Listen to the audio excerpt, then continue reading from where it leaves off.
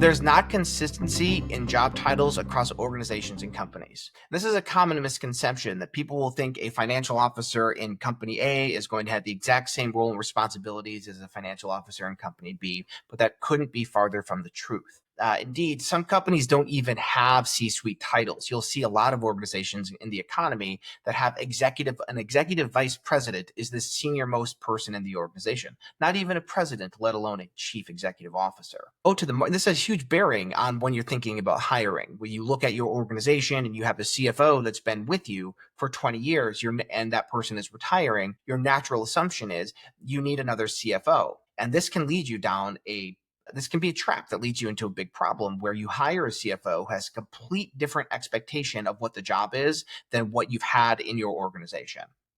In order to address this, there's a key piece of advice when thinking about executive succession and selection. Don't think about the title. Instead, think about the decision rights of the executive. A financial officer is a great way to get directly at this because we're talking about your money as a private business owner, as a family business owner. The money and revenue of the business is entirely owned by you or your family.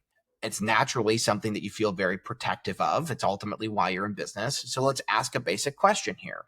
If someone wants to spend $10,000 of your revenue, or maybe if $10,000 feels small, let's imagine a number that's big enough, 1 million, 10 million, pick a big enough number. Well, at what point can that decision only be made by you?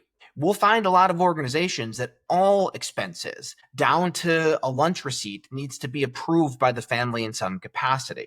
And that is the family's right. It is your right as a business owner. It is your company. It is your money. You can do as you choose. But if you're going to demand that all expenses be approved by the owners of the company, don't hire a chief financial officer. A chief financial officer's job is to deal with financial strategy, planning and analysis, dealing with investments. Ultimately, they have a fiduciary responsibility to manage the operations money on your behalf. And if you take that responsibility away from them, they are going to quit. And you are going to be in a difficult circumstance where you've now not only lost time and money on investing in that, bringing that person on board, you've also undermined the morale of your organization, and you need to do it all over again because you are thinking in terms of title.